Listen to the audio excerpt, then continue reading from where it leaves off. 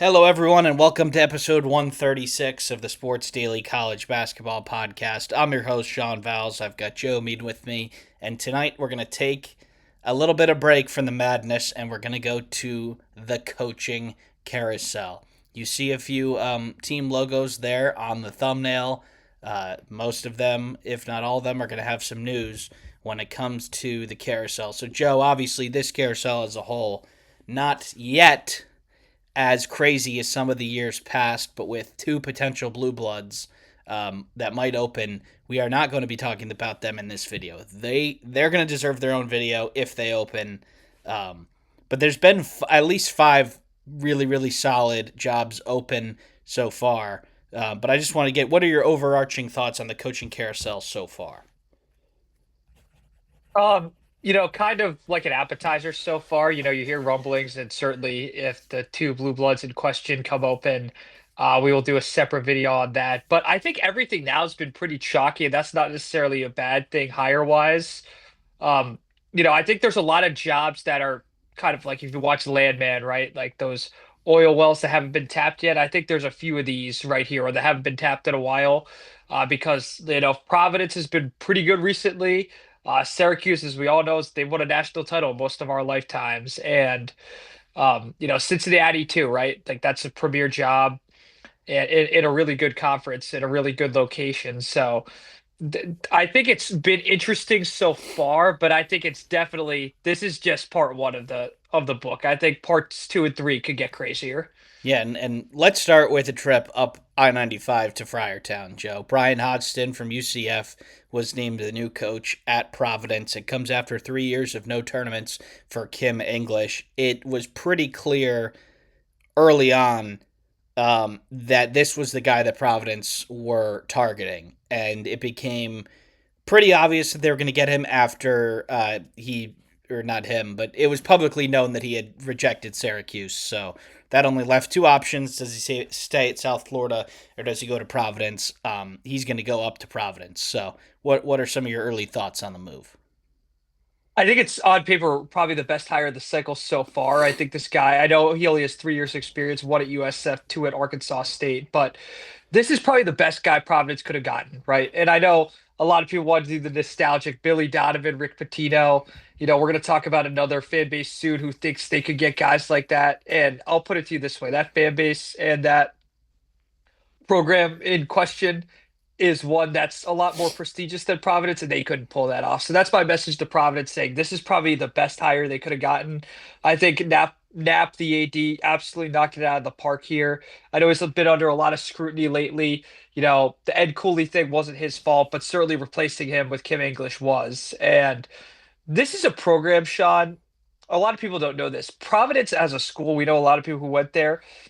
The main event is basketball, like it is nowhere else, right? Like UConn, of course, and you look at Villanova, St. John's. I get all that, but in the town of Providence or the city of Providence, that's the city's team, and there's a lot of money there. The Dunk or whatever it is now is a premier home environment, so I think there's a lot of potential there, and this is a team, Sean, that has really strong showings away wise. Like at St. John's this year when they won there, Rick Pitino was complaining how many Providence fans were in the Garden. So definitely fan interest is high. I think if you have a good product year one, which is competing or just getting into the tournament, I think this could be one of the best hires of the cycle just by doing that, which we've seen plenty of first year coaches do. And I think Hodgson looked at this situation, Joe, where Providence is certainly in the top half of the league in resources. They already have a lot of talented players, and only one of them has entered the portal at this point. So I think there is a chance he does try and retain some of those players at Providence that have some eligibility left. And he took a program that historically was not the best in South Florida. They have gone through some tremendous turmoil over the past few years with their coach passing away and then having an interim. And he went in there year one and ran the league. Two championships for them in year one. So I think he looked at Providence, he looked at the situations. He said, look, Syracuse has been sort of a dormant, volcano for a little bit now. It might take a couple of years to get that thing going. I think Providence, like, I think third place is totally in reach in year one, and we don't even know what the rosters are like. We have Kevin Willard, We have Shaka Smart, who had a little bit of a tough year. I think it'll, they're never going to match the resources of the top two, but one day Joe Rick Pitino's not going to be coaching anymore at St. John's. And Dan Hurley, well, we don't know how long he'll be at UConn, but I think there's a little bit of a power vacuum in the Big East. We've talked about it a lot over the past year and a half. But yeah, great hire, fits the personality of that fan base. If somebody wrongs them, which that has happened a few times in these last few years, they're ready to let them know about it. And I think Hodgson is the personality to get that fan base excited when Game One rolls around next November. All right, Joe. Well, we have got a number of other hires here. Let's go to Syracuse because I think that's the second biggest one. They wanted Hodgson. They wanted Josh Schertz from St. Louis. But they're going to end up with one of their own, Siena's Gerry McNamara, who has just been in charge up there in Loudonville for 2 years. Took over a program from Carmen Maciarello, which had a lot of success, but not when he took over. But he gets them into the tournament in year two, and we saw them nearly take down Duke just a few days ago. But that's not why he got the job, Joe. He was a player on the national championship team with Carmelo Anthony at Syracuse. Played pro a little bit, but then came back, was on staff at Syracuse for over 15 years before going across state to Siena. And my main takeaway from this one, Joe, is that this is the hire that they should have made 3 years ago. I completely agree. McNamara should have been the pick over Autry. There's a lot of Syracuse fans that don't love that they're keeping it in the family, but I feel like it's more righting a wrong than not learning from the past. I agree. And, I think the positive spin here, Sean, is he ran his own program for 2 years. Yes, Siena, I just cue the criticism and the mob for now, is not to the level of a Syracuse or where all the fans think they should be, and frankly can be, right? This is a team under Jim Boeheim post 2003 that has been several Final Fours. They've been in two in the last 15 years, right? It's not, there are kids who are being recruited right now that remember Syracuse maybe earlier in childhood in the Final Four, right? With some premier players like Tyus Battle, um, Michael Carter Williams, right? So there's plenty of.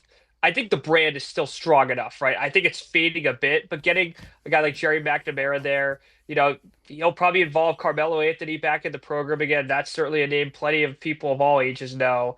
And I think this kind of unites the fan base too. I think some people might be upset they're keeping it in the family, but I don't think there's going to be this huge revolt like that you see in some other coaching hires. And one positive spin here too is, the 2 years of experience at Siena is great, but this is a guy who, he's young, energetic, right? I think this guy will really roll up his sleeves. I'm not saying Adrian Autry did it, but a guy who understands the culture played there. He's going to be able to pitch Syracuse, and I really hope they get back into the tournament picture soon, right? I think it's been, Sean, correct if I'm wrong, like 4 or 5 years not in the tournament. And then Something the absurd. 1 year that they did make it, Joe, they did go on a little bit of a run, but they didn't like deserve to make that tournament, if I No. remember correctly. So it has been a while since they were at the like at the pinnacle of the sport. And when you look at the ACC, I think it's a little bit more black and white, or a little bit more gray than the Big East and Providence is. I think Providence slots in anywhere between 3 and 6 in year one. Syracuse, there's a little bit more of a okay, like how far can you jump year one? I don't know if top five is realistic. I don't know if top eight is realistic, to be honest with you. Um, but I think step in the. I don't even know if like they need to make the tournament next year. They just need to get people to care about Syracuse basketball again to the level that they did before. Um, but in terms of bringing some people over, Joe, if he's able to retain Kai and Anthony for one, he's got two All MAC players that he could bring from Siena and Doty and Folafak that just proved that they can stand up against one of the ACC's best. And then he's got two four-star recruits committed to Siena. So if he can turn them too, I think there's a little bit of a foundation there that he can build on to have a successful year one up there in upstate New York. But those are Yep, obviously and one. the two big ones, Joe. Yep. Yeah, one last thing. Syracuse also just hired a new athletic director, so you're seeing that entire athletic department shift into a new direction. I think their football NIL has been really good.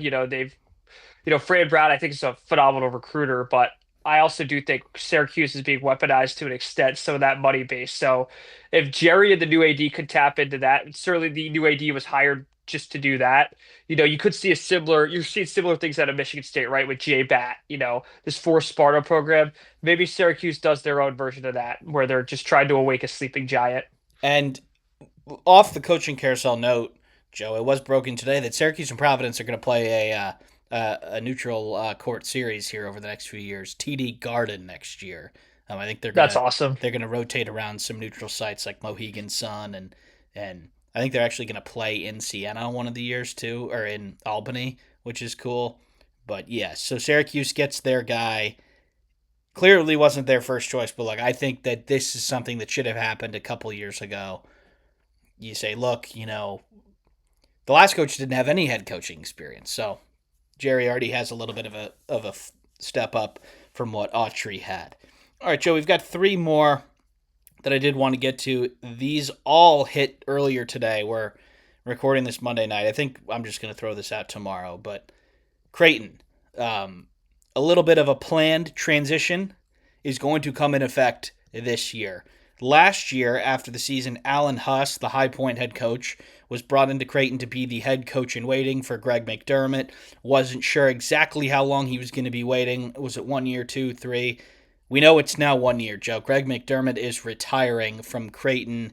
A truly legendary career there. He brought that team through multiple conferences, multiple iterations from a mid major to a high major, and they were pretty competitive here for a while in the Big East. But looks like Greg McDermott, at 62 years old, I believe, is calling it a career. Alan Huss takes over. Not entirely surprising, but maybe this year it was a little bit. Yeah, I was pretty surprised at the timing of this, and I don't want to accuse Creighton of anything, and I know this could be biased because of my football team, but Sean, um, does Greg McDermott still have something in the tank? That could be a suspicion, right? We saw this happen with Thad Mott at Ohio State. Steps down, not necessarily an internal transition with Chris Holtmann back in 2017, but then is back at Butler a few years later. And this is a guy that I think could be back on the carousel. I don't want to necessarily talk about the promotion of the assistant. More so, is Greg McDermott kind of not necessarily a sleeping giant, but a sleeper candidate in some future coaching searches, whether it's this year or next? That's an interesting question, Joe, because he's only 61. I just looked it up, actually. Yeah. I gave him a couple extra years there. But I would have said, I think probably not. If another job that we're going to talk about in a minute had hired him, I wouldn't have been super surprised. He does like. Apparently, they have a home in Arizona, and he likes to play a lot of golf near where another opening was just closed. I wouldn't have been surprised if he went to that. But no, Joe, I do think that he is. This is it for him. I think this is for the most part under his control, which is why they let him. They paid Alan Huss a lot of money to not be their head coach this year. So I think that maybe it was a little bit of a surprise that it was this year rather than after next year. I think they weren't so great this year, and I don't think it was the biggest pitch to recruits or transfers to come and play for him for 1 year before at the end of next year he was definitely going to step down. So he lets Huss take over. Huss was a longtime assistant for him before he went over to High Point, which he was there for 2 years. And then, obviously he was pretty instrumental in what they did this year, even though he wasn't there. But yeah, Alan Huss and Bryan Hodgson in the Big East. Not entirely surprising, but I think Creighton is a really solid program. He's had a number of different teams over the years, whether it's offense first, as we saw when they first sort of broke onto the scene with his son and a couple of people who would, put up a bunch of threes. They transitioned more into the defensive era recently, especially with Ryan Kalkbrenner. And now Huss is going to have to form his own identity. But I think, again, knowing where the Big East is, I don't think it should be all that hard to get into the middle of the pack. I agree, Sean. And, you know, like Providence, that city, Omaha, is all around Creighton basketball. So certainly fan interest is still high, even when they've had down years. So I think those are two really interesting jobs. I'm just more interested in Providence because that's an external hire versus internal, but internal hires could also work. I mean, just look at Shire. Look at some of these other hires around the country too. Uh, but certainly very surprising news with McDermott. But I'm telling you, Sean, one last comment here. Yeah.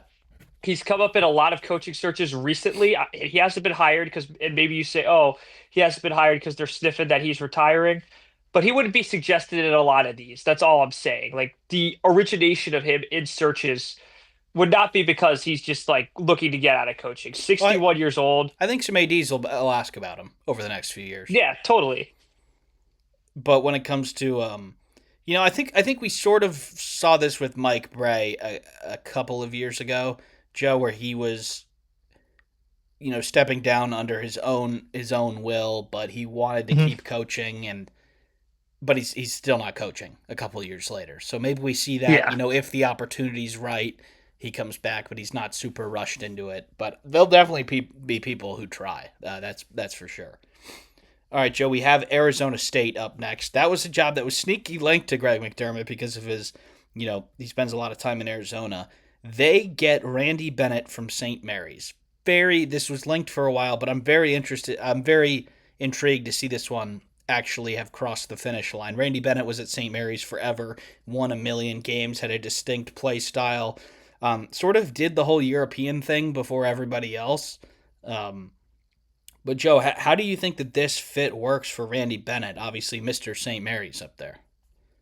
And maybe we'll do this as a post or just like as off-season thing where we'll compare coaching hires. This is kind of a Kyle Whittingham-esque hire for Arizona State. This is a guy, like you said, with an established brand of basketball. Has done it for a very, very long time. It's constantly had an annoying national powerhouse in proximity to them in Gonzaga every year. And for the most part, they've competed with them. Now, certainly Gonzaga's gotten the better of them more times than not, but this is a guy that's from Mesa, Arizona, grew up there, 63 years old. I think it's just something fresh and interesting.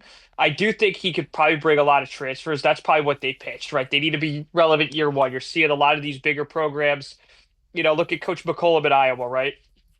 Not that that should be the standard, but it's realistic enough, right? You get into the tournament, maybe you get a good draw, and then you immediately have national attention. I think Arizona State could do that. I think Bobby Hurley, for the most part, did a pretty good job there. I think toward the end it got really bad, and I think best for both sides that they parted ways. But this is a program that has plenty of interest. It's a school that certainly athletically, I think it's stepping up with Kenny Dillingham, and I think the athletic department's getting more aligned with NIL and whatnot. So this could be a very interesting hire. I don't think this is necessarily, a 10, 15 year hire, but what really is these days, right? You're Yeah. seeing plenty of guys leave after, 6 to 8 years at a spot, and that's even if they get to 6 years. So I think for the immediate future, I really love this hire. I think it gives them an established brand, an established name, and I certainly think he's not coming alone. He's bringing plenty of belongings with him. I'm just very interested to see, does he truly go with the same play style in the Big 12? I'm and you'd like to think he would potentially get a better roster, but I mean, he had some good players at St. Mary's. Like there's 5 to 6 NBA players that he had, a ton of really really solid college players. But Joe, I think what he like Gonzaga is leaving the West Coast Conference next year, so I think the ability for that league next year to be a 2 bid or 3 bid league is incredibly low. So when you think about it, he's from Arizona, like you said. I think he's like, you know what, like maybe I should try something else before the end of my career. I can have a 20-13 year at Arizona State and make the tournament. Whereas if I am 28-6 at St. Mary's again, I might not make the tournament. So I think that the Gonzaga leaving might be a little bit of a casualty here. St. Mary's is hiring internally already. The associate head coach has been promoted. Um, but yeah, that we are getting a little bit of a mix up with the Mountain West and the new Pac-12, which will have 9 teams, is pulling Gonzaga, Texas State, and then a few of the Mountain West schools, and then the Mountain West is pulling. So that whole like ecosystem of the higher than mid-major West Coast teams are going to be a little bit different next year, and I think Randy Bennett just said, like, look, I don't want to have to win 32 games to make the tournament next year. Right. So I think that's why he ended up going up to a spot that obviously is home for him. All right, Joe, we've got one more. Cincinnati hiring Utah State's Jared Calhoun. Poor Utah State, man. They keep losing coaches. And props to them for continuing to hire good coaches that are worthy of being hired somewhere else. But Jared Calhoun leaves Utah State to go to Cincinnati, where he went to school. This one again, Joe, was in the works for a while, and when you said chalky picks, like none of these, all of these were linked far. When it looked like these coaches were going to be fired, and you see the early short lists, these are the names that were on them. So Jared Calhoun going from Utah State to Cincinnati, who just fired Wes Miller. This one makes a lot of sense. Jared Calhoun is a proven winner. Yeah, and has plenty of experience recruiting the Ohio scene. Was at Youngstown State, I believe, for 8 years in the Horizon League. So this is a guy who grew up in Cleveland too. He knows Ohio basketball, and I think one reason Ohio State basketball is critiqued so often is that state is full of talent basketball wise, right? You see it You know, with all you could these go. these solid Horizon and MAC teams. Yeah, and you get some top end players from those teams. They could easily play in the Big 12. I'm not saying dominate, but be competitive. And I think Cincinnati is not far off, Sean. They've been in tournaments recently. I think Mick Cronin certainly made that program relevant. I don't think necessarily I mean, Wes Miller the had him on the bubble replacement. every year. So Yeah, yeah, so maybe it just needs some fine tuning, but I think this is the guy to do it. Utah State, kind of like New Mexico's, churned out a lot of good coaches lately. And I really believe with him knowing him being at Youngstown State, he doesn't have to, establish a high school recruiting foundation. He already has one. He's not too far removed from 2024. It's been 2 years, so all those relationships still exist. Certainly he's no stranger to using the portal either. So this could be a very, very good addition. And what's funny, Sean, all these guys and what's shocking to me is Gerry McNamara is the only one I can't see making the tournament immediately year one, and that has more to do with kind of the best Syracuse is in. All these schools plausibly can win 19 to 20 games in these conferences, like Arizona State, Cincinnati, even a Providence if they schedule hard in the non-con and get into the tournament. That's the theme I'm seeing, and that's kind of what's different about this era of college basketball. We're more looking 4 or 5 years ago, we're looking for the 3 or 5 year plan. Now it's what are you going to do year one? And then, all right, well, if you get into the tournament, that's going to attract some other guys for a year two. We've seen plenty of step ups in years 2, 3, and 4. Todd Golden won a national title last year. I believe it was his third or fourth year. Dusty May has Michigan as the number one seed in a region in year two. And yes, I know those are, a lot bigger NIL brands, but look at Iowa. Iowa, Coach McCollum, in a way, is turning into the new Kurt Signetti, not in terms of results, but in terms of a lot of new coaches are going to hate this guy yeah. because he's raising the bar on what might be realistic. And I don't really know if it is because we don't have enough runway, but you're seeing ADs take notice of things like that. Mark my words, because they hear it from the fans, the donors, and if you think fans and donors don't affect the sport, you're completely in a different universe than we are. More so now, and I think with NIL, Joe, obviously there's a little bit of an uneven playing field, but when there is an even playing field, coaching becomes the difference. And when you have good coaches, like I believe there's 8 first-year head coaches in the tournament this year. That seems like a really high number. We have one of them still left in the Sweet 16. We had programs that were vacant for, like, Texas A&M didn't fire their coach, but they got a super late start. They got into the tournament in year one. A bunch over the, like, it's only Josh Schertz's second year at St. Louis. He got him in the tournament. Ben McCollum's first year at Iowa with a bunch of mid-major transfers, and he's got him into the Sweet 16 for the first time in our lifetime. So, yeah, I do agree, Joe. There is a little bit of when you're making a hire, what can you do for me next year? I think that was a real selling point for McCollum when he went to the Iowa AD. He's like, look, I can bring over these guys who just won 30 games in an NCAA tournament game from Drake. If you give me a little bit more money, I might be able to supplement them with a few better players. Um, But I think all these guys will be able to bring at least a few players over. And when it comes to, not all of them are going to get it right. And obviously, there is a little bit of a, I don't want to say learning curve in a new conference, but maybe a little bit, because when you see this play style once a year with no prior prep, when you've been playing against a similar play style in your conference all year, some things can go wrong. But when you play it 20 times and you see all the teams that you've played also playing against it, will it match up? I think obviously that the play style, the Randy Bennett play style really comes to mind for me. Like, Right. I think it's pretty similar to Ben McCollum's at Iowa. Like, defensive, really great defensive philosophies and fundamentals.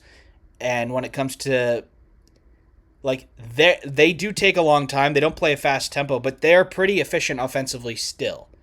So, will that work at a little bit of a higher level, especially being in the fact that Arizona State is probably in the mid third, let's say, of resources in the Big 12.